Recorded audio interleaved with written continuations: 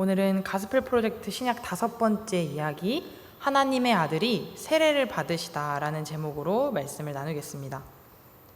오늘 세션에서는 세례 요한을 만나게 될 것입니다. 낙타 털옷을 입고 메뚜기와 석청을 먹으며 광야에서 설교하기로 유명했던 세례 요한의 등장으로 예수님을 기다리는 우리의 삶이 어떠해야 하는지 돌아보고 하나님의 아들이신 예수 그리스도께서 세례를 받으심으로써 그 죽음과 부활이 우리에게 어떤 의미가 되는지 살펴보도록 하겠습니다.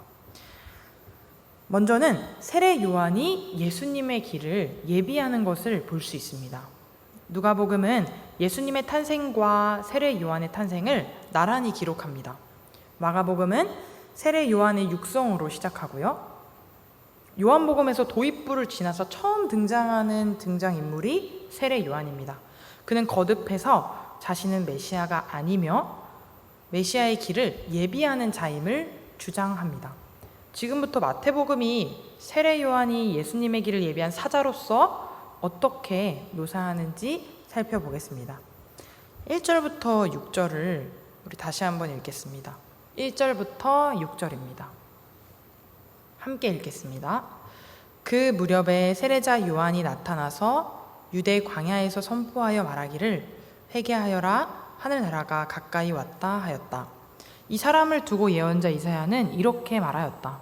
광야에서 외치는 이의 소리가 있다. 너희는 주님의 길을 예비하고 그의 길을 곱게 하여라. 요한은 낙타 털옷을 입고 허리에는 가죽 띠를 띠었다.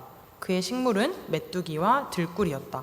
그때 예루살렘과 온 유대와 요단강 부근 사람들이 다 요한에게로 나아가서 자기들의 죄를 자백하며 요단강에서 그에게 세례를 받았다. 아멘. 2절의 세례 요한은 회개하라, 천국이 가까이 왔느니라 라고 전파하였고, 3절에서는 너희는 주의 길을 준비하라 라고 전하고 있습니다.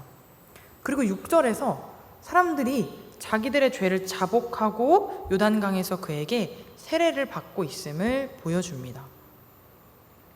우리는 주의 길을 준비하는 것이 곧 회개하는 것임을 2절의 세례 요한의 선포와 6절에서 실제적으로 사람들이 죄를 자복하고 세례를 받음으로 알 수 있게 됩니다.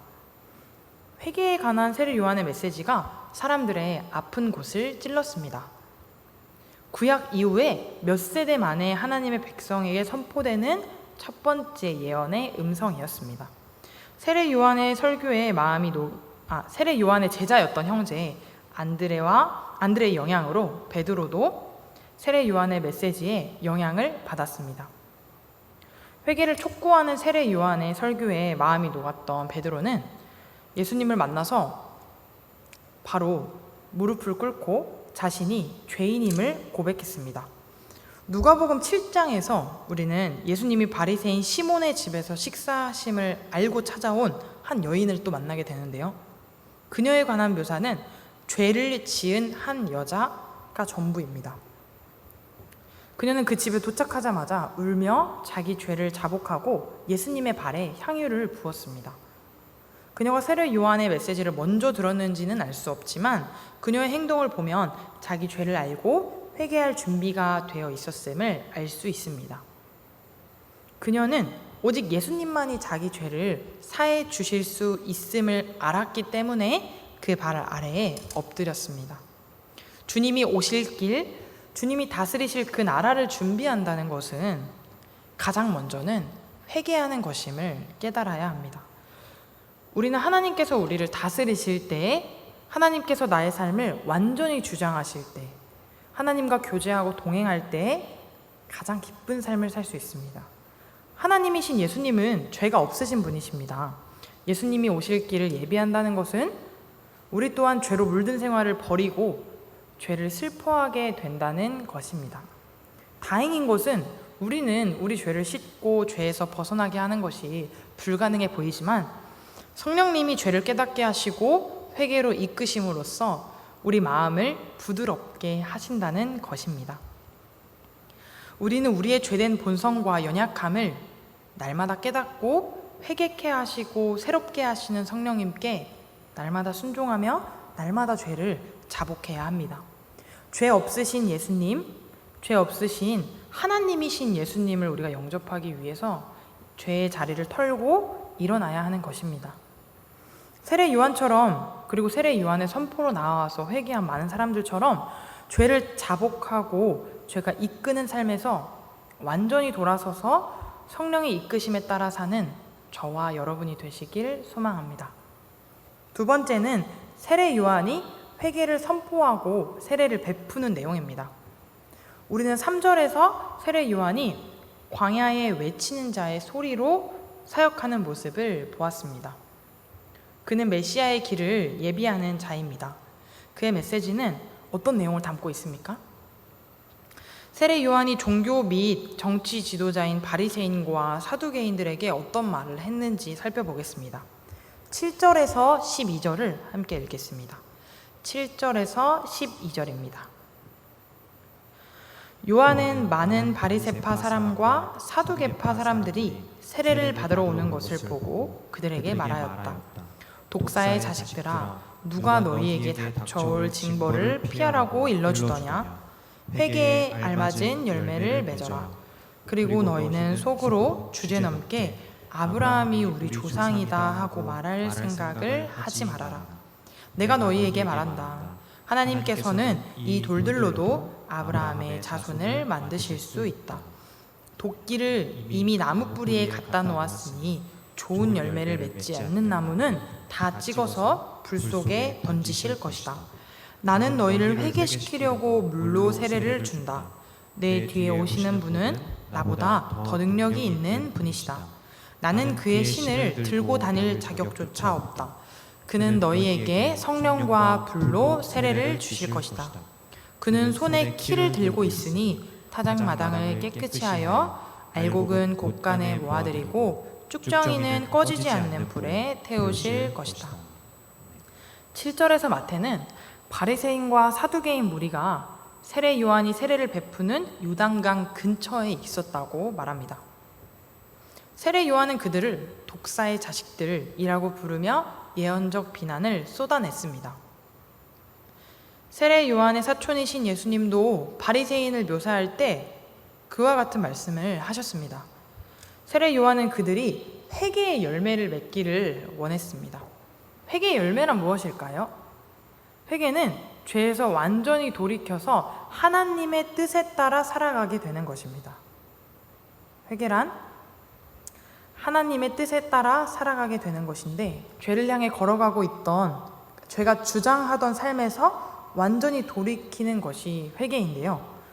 회개는 여기서 끝나는 것이 아니라 죄로 가고 있던 나의 시선과 삶이 이제 돌아섰다면 돌아서는 것으로 끝나는 것이 아니라 하나님의 뜻을 향해서, 말씀을 향해서 걸어가야 한다는 것입니다. 우리는 고개를 돌려서 죄를 자복하고 다시 고개를 돌려서 그 길을 걸어가는 것이 아니라, 고개를 돌렸다면 죄를 자복하고 우리 삶의 방향이 완전히 바뀌어야 한다는 것을, 그 길로 걸어가야 한다는 것을 깨달아야 합니다. 죄에 대해 죽는 것이 바로 회개의 삶임을 깨달아야 한다는 것입니다. 종교 지도자들이 회개하지 않는다면 어떻게 될까요? 그들에게도 결국 심판이 내려질 것입니다. 회개란 직분이나 입고 있는 옷으로 대체할 수 없다는 것을 우리는 여기서 깨닫게 됩니다. 예수님을 만나지도 않고 예수님을 만나서 회개하는 삶을 살지도 않는데 직분이나 어떤 나의 위치가 내게 생명을 줄 수 없습니다. 세례 요한은 종교 지도자들을 매섭게 공격했지만 한편으로는 믿을 수 없을 정도로 겸손했습니다. 자기 자신을 잘 인식하고 겸손했기에 위선을 적나라하게 지적할 수 있었던 것입니다. 세례 요한은 회개의 메시지를 선포할 뿐만 아니라 회개에 따라야만 하는 겸손한 태도를 보여주셨습니다. 겸손하지 않으면 회개가 필요한 이유를 알 수가 없습니다. 겸손하게 회개하고 새로운 생명의 삶을 시작하는 저와 여러분 되시길 소망합니다. 마지막 세 번째로, 하나님의 아들이 세례를 통해 자기 백성과 같아지셨습니다. 이것이 우리에게 은혜입니다. 죄 없으신 예수님께서 세례를 받으심으로 우리와 함께 하신다는 사실이 은혜인 것입니다. 예수님은 갈릴리를 떠나서 세례 요한이 세례를 베푸는 곳으로 가셨습니다.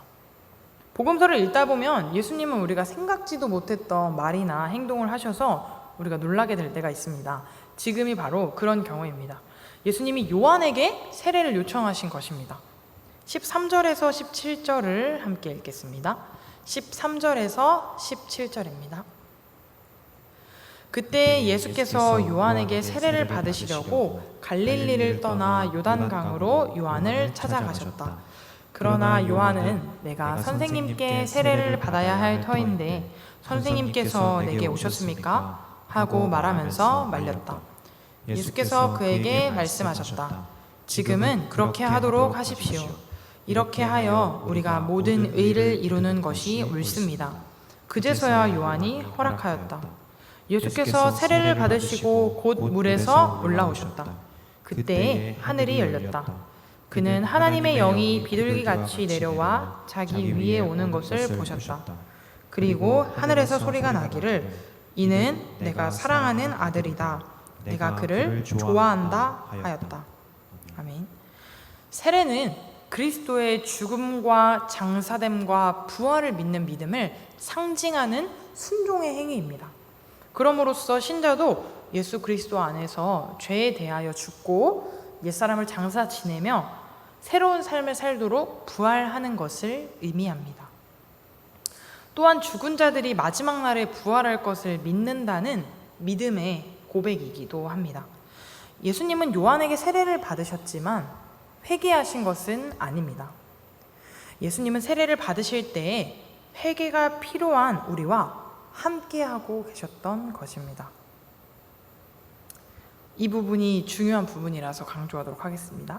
예수님은 세례를 받으실 때에 회개가 필요한 우리와 함께하고 계셨던 것입니다. 예수님은 죄 많은 인간과 자신을 근본적으로 동일시하셨습니다. 이렇게 말씀하신 것과 같습니다. 나는 죄인들과 함께 있을 것이다. 십자가 위에서 죽는 순간까지도 그들과 함께 할 것이다. 그리하여 결국에는 그들이 자기 죄에서 해방될 것이다. 예수님은 물에서 올라오실 때 하늘이 열리고 성령이 비둘기같이 자기 위에 내려오는 것을 보셨습니다.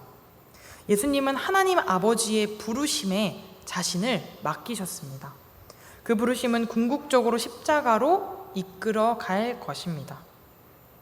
세례의 순간은 예수님이 하나님의 부르심을 받아들이셨음을 나타내며 하나님께 완벽한 아들로서 받아들여졌음을 보여줍니다. 예수님은 세례 요한보다 도덕적으로 우월함을 드러내실 수도 있었습니다. 그러나 예수님은 하나님 아버지 뜻에 겸손히 순종하며 세례를 받으셨습니다. 죄를 지은 적이 한 번도 없으신데도 말입니다. 예수님이 세례와 십자가의 죽음으로써 죄인들과 온전히 하나가 되신 것은 주님을 따르는 이들에게 곧 우리들에게 모범이 됩니다. 우리는 주님께 어떠한 것을 요구할 권리가 하나도 없는데 예수님은 우리에게 모든 것을 내어 주셨습니다.